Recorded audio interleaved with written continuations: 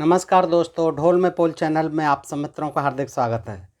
दोस्तों, आपने शुक्राचार्य का नाम सुना होगा, जो कि असुरों के गुरु थे, और आपने शुक्र तारा या शुक्र ग्रह का भी नाम पढ़ा होगा। दोस्तों, ये शुक्र ग्रह जो है सबसे चमकीला ग्रह है और ये सूर्य के पास का ग्रह है। बहुत चमकीला होता है।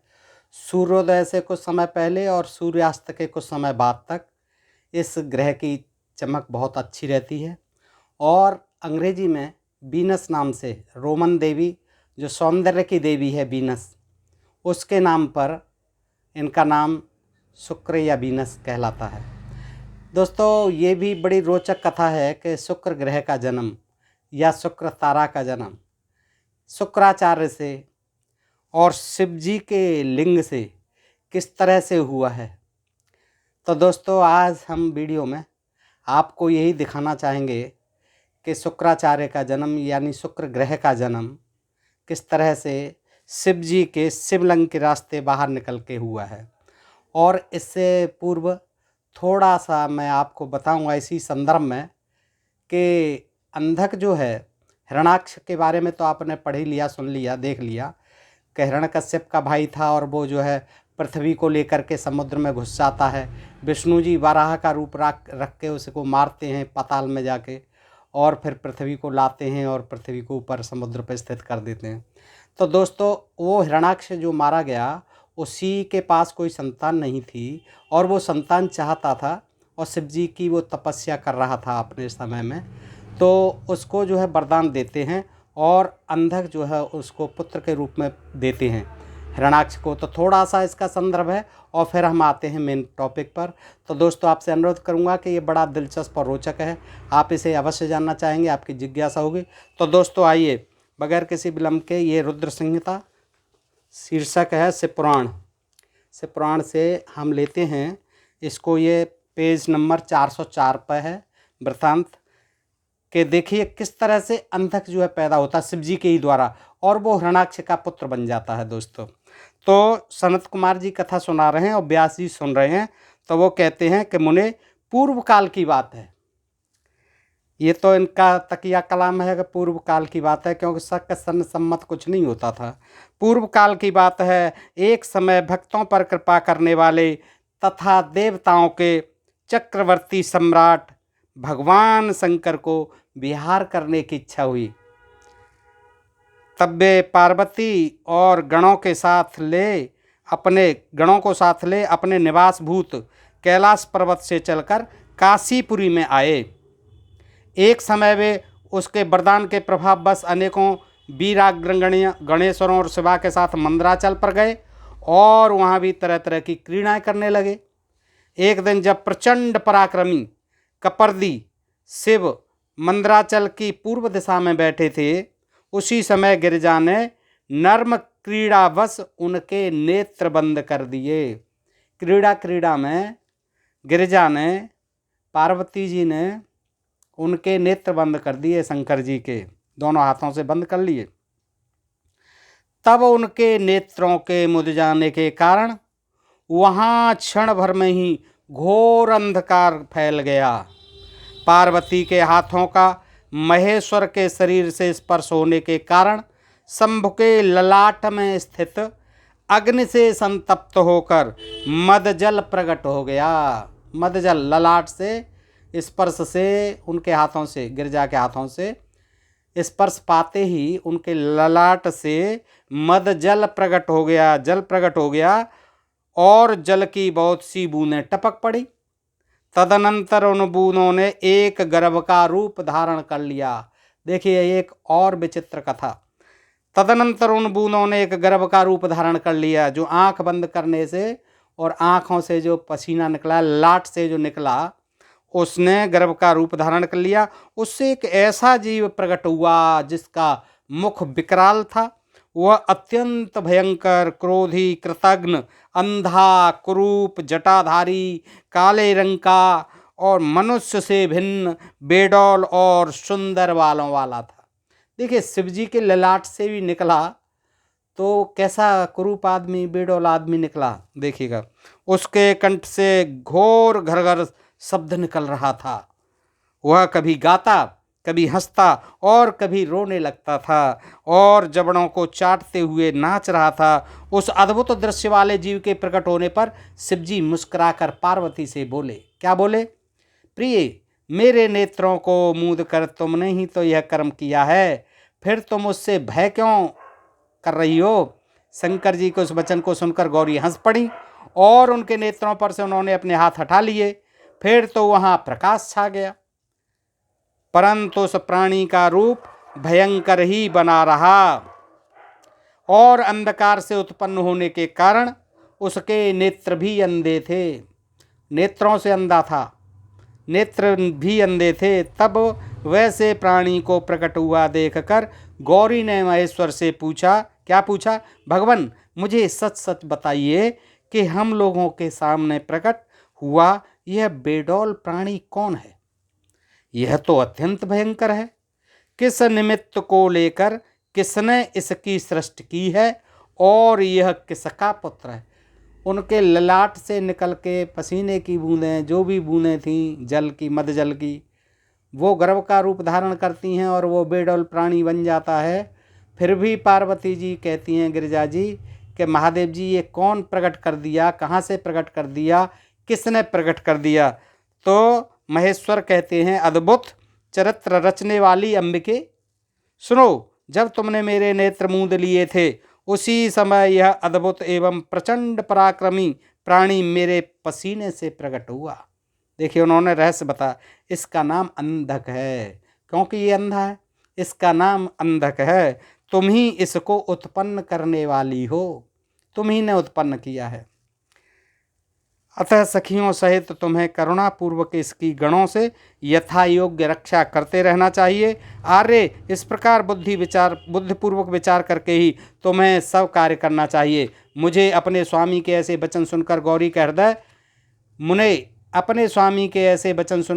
का हृदय करुणार्द्र हो गया। वे अपनी सखियों सहित अंधक की अपने पुत्र की भांति नाना प्रकार के उपायों द्वारा रक्षा करने लगीं। पुत्र पैदा हो गया पसीने की बूंदों से, ललाट से।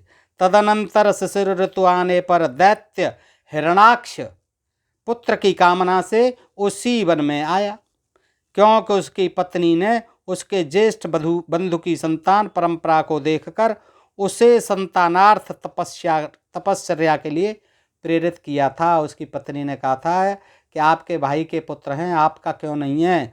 तपस्या कीजिए और संतान प्राप्त कीजिए। वहाँ वह कश्यप नंदन हिरणाक्ष वन का आश्रय ले पुत्र प्राप्ति के लिए घोर तप करने लगा। इन पुराणों की कथाओं में यह तो सम्य है अमूमन तौर पर कि किसी के संतान नहीं थी और संतान के लिए वो तपस्या करता था और फिर अनेक और ढंग से उसको पुत्र प्राप्ति होती थी। तो ऐसे ही ये कथा है दोस्तों। वे महेश उसकी तपस्या से पूर्णतया प्रसन्न होकर उसे वर प्रदान करने के लिए चले और इस स्थान पर दैत्यवर हिरणाक्ष से बोले। ये जब खुश भी हाल हो जाते थे और फिर तुरंत वहाँ मौके पर पहुँचते थे और उससे कहते थे तपस्या करने वाले से, वर मांग, मैं तुझसे खुश हूँ। ऐसे ही वो हिरणाक्ष से कहने लगे महेश जी। महेश ने कहा, दैत्यनाथ, अब तू अपनी इंद्रियों का विनाश मत कर, ज़्यादा कष्ट मत कर, इसलिए तूने इस व्रत का आश्रय लिया है। किस लिए तूने इस व्रत का आश्रय लिया है? तू अपना मनोरथ तो प्रकट कर।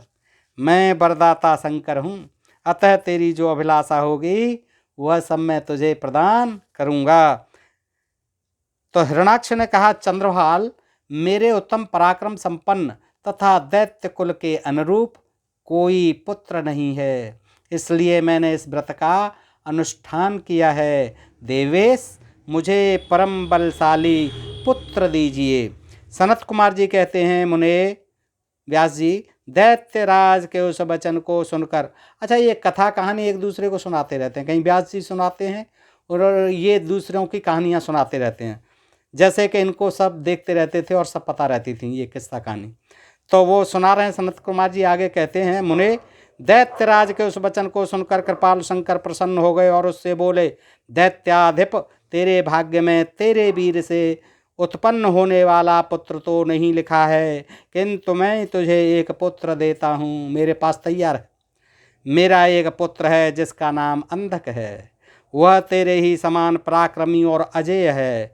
तू संपूर्ण दुखों को त्याग कर उसी को पुत्र रूप से वर्ण कर ले और इस प्रकार पुत्र प्राप्त कर ले। सनत कुमार जी कहते हैं महर्षि उससे यूँ कहकर गौरी के साथ विराजमान उन महात्मा भूतनाथ त्रिपुरारि शंकर ने प्रसन्न होकर हिरणाक्ष को वह पुत्र दे दिया जो कपाट ललाट से पैदा हुआ था। इस महामनुष्य दैत्यवर परम प्रसन्न हुआ। ग्रीस से पुत्र प्राप्त कर लेने के बाद वह प्रचंड पराक्रमी दैत्य संपूर्ण देवताओं को जीतकर इस पृथ्वी को अपने देश रसातल में उठा ले गया। इसके बाद की कथा तो आपने सुनी है। वो हिरण्यकश्यप ले गया, हिरणाक्ष जो है, और अंधक को राज बना देता, राज हो जाता है उसके बाद में, मरने के बाद में, और अंधक राजा बन जाता है। अंधक भी वैसे ही करता है जैसे और दानव करते थे कि वो तपस्या करने जाता है और देखता है उमा और पार्वती जो है बहुत सुंदर हैं, उमा जो है गिरजा, और महादेव जी वहाँ तपस्या कर रहे हैं। उसको देख करके वो अपने गणों से कहता है कि जाइए इनको पकड़ के लाइए, बड़ी सुंदर हैं। तो दोस्तों इस तरह से उनमें शिव जी के गणों से और अंधक की सेना में युद्ध शुरू हो जाता है भयंकर, और बहुत काफ़ी चलता है दोस्तों। अब ये कथा आगे की आती है जहाँ से शुक्राचार्य पैदा प्राप्त होते हैं, और ये पेज 415 नंबर पर है। इसी से पुराण में आगे सुनिएगा दोस्तों। तो व्यास जी ने पूछा, महाबुद्धिमान सनत कुमार जी, जब वह महान भयंकर एवं रोमांचकारी संग्राम चल रहा था अंधक से, उस समय त्रिपुरार शंकर ने दैत्य गुरु विद्वान शुक्राचार्य को निगल लिया था। निगल गए थे वो दैत्य गुरु शंकराचार्य को महादेव जी। यह घटना मैंने संक्षेप में ही सुनी थी, अब आप इसे विस्तार पूर्वक वर्णन कीजिए। तो वो जो है भृगुनंदन बुद्धिमान शुक्र भी तो कल्पांतकालीन अग्नि के समान उग्र तेजस्वी थे। वे शंभु के जठर पंजर से कैसे निकले, पेट से कैसे निकले आए, उन्होंने कैसे और कितने काल तक आराधना की थी पेट में, तात उन्हें जो मृत्यु का समन करने वाली पराविद्या प्राप्त हुई थी, मृत्यु को जीतने वाली, उनके तप के कारण और उनके मंत्रों के कारण जो जो दैत्य मरते थे वो पैदा हो जाते थे। मृत संजीवनी विद्या जानते थे शुक्राचार्य जी। तो देखिए वो उनकी कहते पराविद्या प्राप्त हुई थी, वह विद्या कौन सी है, ये कथा बताइए आप। तो सनत कुमार जी कहते हैं कि मुनिवर, भगवान शंकर के प्रमथों की गणों की जब अत्यंत विजय होने लगी, तब अंधक घबराकर शुक्राचार्य जी की शरण में गया, क्योंकि शुक्राचार्य दैत्यों के गुरु थे।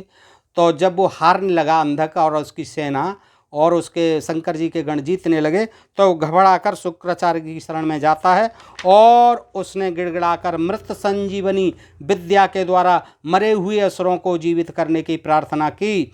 इस पर शुक्राचार्य ने शरणागत धर्म की रक्षा करना उचित समझा। फिर तो वे युद्ध स्थल में गए और आदर पूर्वक विद्या के स्वामी शंकर का स्मरण करके एक एक दैत्य पर मृत संजीवनी विद्या का प्रयोग करने लगे जो मर गए थे। उस विद्या का प्रयोग होते ही वे सभी दैत्य दानव वीर एक साथ ही हथियार लिए हुए इस प्रकार उठ खड़े होते थे मानो अभी सोकर उठे, सब जिंदे हो जाते थे ज्यों की त्यों। जैसे पूर्णतया अभ्यस्त किया हुआ वेद समरभूमि में बादल और श्रद्धापूर्वक ब्राह्मणों को दिया हुआ धन आपत्ति के समय तुरंत प्रकट होता है, उसी प्रकार वे उठ खड़े हुए। शुक्राचार्य के संजीवनी प्रयोग से जब बड़े बड़े दानव जीवित होकर प्रमथों को फिर शंकर के गणों को बुरी तरह मारने लगे, तब प्रमथों ने जाकर परमथेश्वर शिव को यह समाचार सुनाया। अब गण जो फिर पहुँचे पिटपिटा के शिव जी के पास। तब शिव जी ने कहा, नंदिन तुम अभी तुरंत ही जाओ और दैत्यों के बीच से, नंदी को आदेश देते हैं शिव जी कि नंदिन आप जाइए और दैत्यों के बीच से द्विजश्रेष्ठ ब्राह्मण थे शुक्राचार्य को उसी प्रकार उठा लाओ जैसे बाज लवा को उठा ले आता है। भृगुनंदन थे, ये भृगु ऋषि के पुत्र थे। तो सनत कुमार जी कहते हैं, महर्षि वृषभध्वज के यों कहने पर नंदी सांड के समान बड़े जोर से गरजे। सांड तो थे ही वो, सांड के समान क्या गरजे। तो नंदी सांड के समान बड़े जोर से गरजे और तुरंत ही सेना को लांघकर उस स्थान पर जा पहुँचे जहाँ भृगुवंश के दीपक शुक्राचार्य विराजमान थे। वहीं पहुँच गए युद्ध क्षेत्र में, नंदी अपनी सेना ले गए। वहाँ समस्त दैत्य हाथों में पास खड़ग वृक्ष पत्थर और पर्वत खंड लिए हुए। देखिए युद्ध के हथियार भी क्या थे, वृक्ष पत्थर पास खड़ग पर्वत खंड लिए हुए उनकी रक्षा कर रहे थे। यह देखकर बलशाली नंदी ने उन दैत्यों को विक्षुब्ध करके शुक्राचार्य का उसी प्रकार अपहरण कर लिया, किडनैप कर लिया, जैसे सर्व हाथी को उठा ले जाता है। महाबली नंदी द्वारा पकड़े जाने पर शुक्राचार्य के वस्त्र खिसक गए, उनके आभूषण गिरने लगे जब नंदी ने उठाया उनको, और केस खुल गए बेचारे के। तब देव शत्रु दानव उन्हें छुड़ाने के लिए सिंहनाद करते हुए नंदी के पीछे दौड़े दानव, और जैसे मेघ जल की वर्षा करते हैं उसी तरह नंदीश्वर के ऊपर वज्र, त्रिशूल, तलवार, फरसा, बरैठी और गोफन आदि अस्त्रों की उग्र वृष्टि करने लगे। ये हथियार होते थे उस समय के दोस्तों। तब उस देवासुर संग्राम के विकराल रूप धारण करने पर, ये देवासुर संग्राम में भी बड़ा चलता रहा है हर समय, गणाधिराज नंदी ने अपने मुख की आग से, गणाधिराज नंदी ने अपने मुख की आग से सैकड़ों शस्त्रों को भस्म कर दिया, और उन भृगुनंदन को यानी शुक्राचार्य को दबोचकर शत्रुदल को व्यथित करते हुए वे शिव जी के समीप आ पहुँचे, और शीघ्र ही उन्हें निवेदित करते हुए बोले, भगवान ये शुक्राचार्य उपस्थित हैं, आ गए। तब भूतनाथ देवादिदेव शंकर ने पवित्र पुरुष द्वारा प्रदान किए हुए उपहार की भांति, पवित्र पुरुष द्वारा प्रदान किए हुए उपहार की भांति गिफ्ट समझा उन्हें शुक्राचार्य को पकड़ लिया, और बिना कुछ कहे उन्हें फल की तरह मुख में डाल लिया। फल की तरह बिना कुछ कहे मुख में डाल लिया। उस समय समस्त असुर उच्च सुर से हाहाकार करने लगे। वो तो हाहाकार तो करेंगे ही, उनके गुरुजी चले गए मुंह में, पेट में। व्यास जी जब गिरजेश्वर ने शुक्राचार्य को निगल लिया, तब दैत्यों की विजय की आशा जाती रही। उस समय उनकी दशा सूंड रहित गजराज, सींगहीन सांड, मस्तक विहीन देह, अध्ययन रहित ब्राह्मण, उद्यमहीन प्राणी, भाग्यहीन के उद्यम, पतित स्त्री, फल वर्जिन बाण, पुण्यहीनों की आय आदि की तरह हो गई। दैत्यों का सारा उत्साह जाता रहा। तब अंधक ने महान दुख प्रकट करते हुए अपने सूरवीरों को बहुत उत्साहित किया कि कहा, वीरो तैयार, भागो मत। जो रणांगण छोड़कर भाग जाते हैं उनकी ख्याति अपयश रूपी कालमा से मलिन हो जाती है, और उन्हें इस लोक में तथा परलोक में कभी भी सुख नहीं मिलता। इस तरह से फिर से उसके जवान जो है युद्ध करने लग जाते हैं। इस प्रकार अत्यंत घमासान युद्ध हुआ। इसी बीच विनायक, स्कंद, नंदी, सोमनंदी, वीर नैगमेय और महाबली वैशाख आदि उग्र गणों ने त्रिशूल, शक्ति और बाण समूहों की धारावाहिक वर्षा करके अंधक को अंधा बना दिया। अंधा तो था ही, उसको और अंधा क्या बना दिया, अंधक को अंधा बना दिया। फिर तो प्रमथों तथा असुरों की सेनाओं में महान कोलाहल मच गया। उस घोर शब्द को सुनकर हाहाकार के शंभू के उदर में स्थित, पेट में बैठे हुए उदर में स्थित शुक्राचार्य आश्रय रहित वायु की भांति निकलने का मार्ग ढूंढते हुए चक्कर काटने लगे उदर में। वो फड़फड़ा रहे हैं कि मेरे दैत्यों को मारे दे रहे हैं, तो ये जो है इनके गण, तो वो उदर में ही फड़फड़ाने लगे, इधर उधर बाहर आने के लिए चक्कर काटने लगे। उस समय उन्हें रुद्र के उदर में पाताल सहित सातों लोक, ब्रह्मा, नारायण, इंद्र, आदित्य और अप्सराओं के विचित्र भुवन तथा वह प्रथमासुर संग्राम भी दीख पड़ा। अंदर है सारी चीज़ें, सातों लोक, सारी पृथ्वी, ब्रह्मा, नारायण, इंद्र, आदित्य और अप्सराओं के विचित्र भवन, सब कुछ वहाँ दिखाई पड़ा। युद्ध भी दिखाई पड़ा पेट में, शिव जी के पेट में शुक्राचार्य को। इस प्रकार वे 100 वर्षों तक शिव जी की कुक्ष में चारों ओर भ्रमण करते रहे, 100 साल तक। देखिए, परंतु उन्हें उसी किसी भी प्रकार कोई छिद्र नहीं दिख पड़ा, जहाँ से वो निकलें कोई छिद्र नहीं मिला। जैसे दुष्ट की दृष्टि सदाचारी को के छिद्र को नहीं देख पाती। तब भृगुनंदन ने शैव योग का आश्रय ले एक मंत्र का जप किया। तब ध्यान आया 100 वर्ष बाद कि ये मंत्र जपूं। उस मंत्र के प्रभाव से वे शंभु के जठर पंजर से शुक्र रूप में लिंग मार्ग से बाहर निकले। शुक्र रूप में यानी वीर के रूप में लिंग मार्ग से बाहर निकले। तब उन्होंने शिव जी को प्रणाम किया। गौरी ने उन्हें पुत्र रूप में स्वीकार कर लिया। देखिए क्या विचित्र जन्म हुआ है शुक्राचार्य जी को। 100 साल तक पेट में घुमड़ाते रहे, उन्हें निकलने का कोई रास्ता नहीं दिखा। वहाँ सारा युद्ध वगैरह, ब्रह्मा विष्णु में सारे देवताओं को, सारी पृथ्वी को देखते रहे और फड़फड़ाते रहे कि बाहर कैसे निकलूं। अंत में उन्हें एक छिद्र मिल गया और वो जो है मंत्र जो पढ़ा, तब वो छिद्र दिखाई दिया। तब उन्होंने शुक्र रूप में लिंग मार्ग से बाहर निकलकर शिव जी को प्रणाम किया।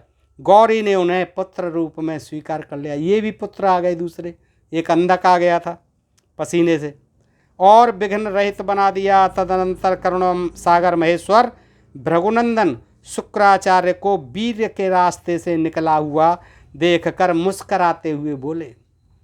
देखिए, करुणा सागर महेश्वर भृगुनंदन शंकराचार्य को, ये भी भृगु ऋषि के पुत्र थे, शंकराचार्य दैत्यों के गुरु, वो वीर के रास्ते से, देखो कितना मजाक बनाया है पुराणकारों ने, इन दोनों का ही मजाक बना के रख दिया है, महेश जी का भी और इन शुक्राचार्य का भी जो दैत्यों के गुरु थे।